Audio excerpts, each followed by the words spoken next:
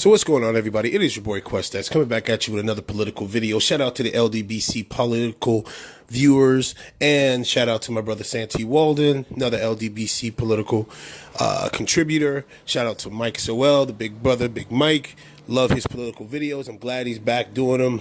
I just love sitting down listening to this man break down political history.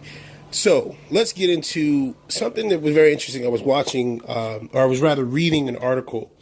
And the early polling right now for early voting in Texas, a very important Senate race that's going on right now with Beto O'Rourke versus Ted Cruz. And I'm kind of, Ted Cruz is leading the polls by 5 points. Just 5 points. I would have expected it to be more. I mean, considering the energy that was supposed to be claimed about Ted Cruz and the Republicans after Brett Kavanaugh, I don't know, buddies. Could Beto O'Rourke end up pulling out a late surge in voting? I think so. Now listen. One could say that it's very, very premature to go in that route. But I would have expected 7, 8, maybe even 9 points. Right, guys? The way mainstream media was talking about the Republican surge after Brett Kavanaugh and how Ted Cruz was going to win. And I also read another article. Silicon Valley is pouring millions in contributions to Beto O'Rourke, which in just the last couple of days. And I remember watching a panel on one of the mainstream media things, and one of the Republicans contributors had such a smirky and a smug position. I believe she said something to the effect that, Beto O'Rourke raising all this money for the most expensive L in history of politics. Not so fast. Not so fast. I've seen races like this before. The candidate who was typically just supposed to whitewash everything, a few weeks or a couple days out from the race, they're up by a couple of points, and then all of a sudden they get that late swing, right? And here's the thing. Polls you cannot depend on for the simple fact that polls are biased, because it all depends on who you are polling. Okay? And it's historical. And this is just a fact. It's historical that a lot of people who go out and vote last minute are hardly ever polled. Hardly ever polled. Because they're not on the political scene like that. They don't get and a lot of them are people who they become either aware politically very late into the scenes, and then they begin to pick up steam and say, oh, yeah, why not? Let me go out and vote for this guy or this woman. Oh, that seems about right. I like this guy's platform. I like this woman's platform. And then they go out and vote for him.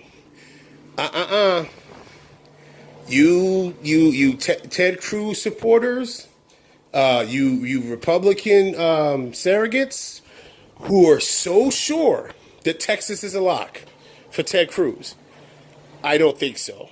I think what we'll probably see is Beto O'Rourke was up a few months ago by 2 percentage points. Mark my words. If he gets a late surge, I say he wins by 2 percentage points. And that's because he's going to get a massive turnout from the Latino community. And it's so interesting because mainstream media, have you guys noticed something too, which is really weird? After the Beto O'Rourke and Ted Cruz debate that was televised on CNN, mainstream media has totally stopped talking about Beto O'Rourke and Ted Cruz. Why? I'm always very skeptical whenever mainstream media automatically drops something. They did that with Cruz. Now, that woman she ran the most beautiful election that you could ever get.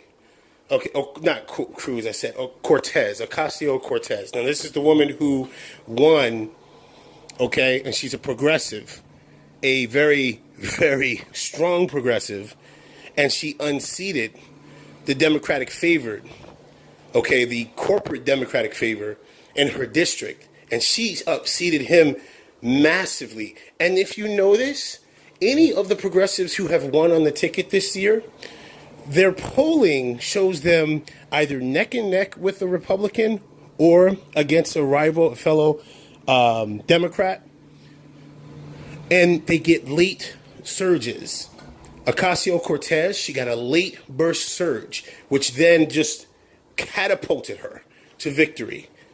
Okay? Andrew Gilliam, okay, when he was running, okay, to be considered the Democratic hopeful for the governor of Florida, he got a late surge.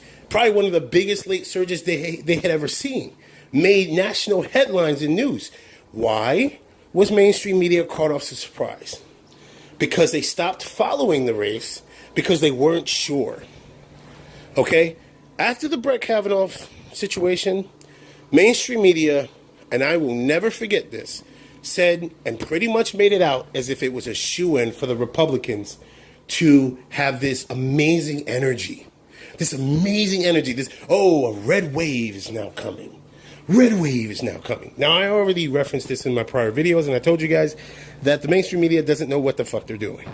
And they're terrified of making a complete PR debacle that they don't want to repeat that debacle that they had in 2016 when it pertained to Donald Trump winning the presidency of the United States. So they're playing both sides. But the particular races which usually give these shocking victories, mainstream media has dropped in the lead up to the election actually happening. And they're doing it with Beto O'Rourke. I wonder why. I honest to God believe that Beto O'Rourke will win the Senate race in Texas. Now, I am saying I believe he will win. Does that mean he will? Okay? But I won't be shocked if he does. I will not be shocked if he gets a late surge that literally catapults him over the top and he beats Ted Cruz by 1 percentage point or 2 percentage points. Because he's down by just 5 points.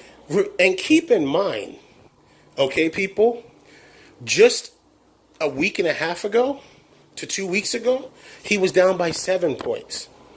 He covered in a week 2 percentage points.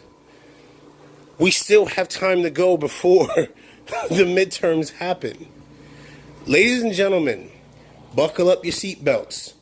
This race is not over. It's your boy Quest X. I'm out.